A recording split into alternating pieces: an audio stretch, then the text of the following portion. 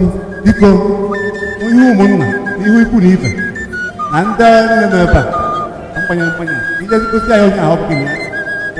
onye anyị si nọ ya ibe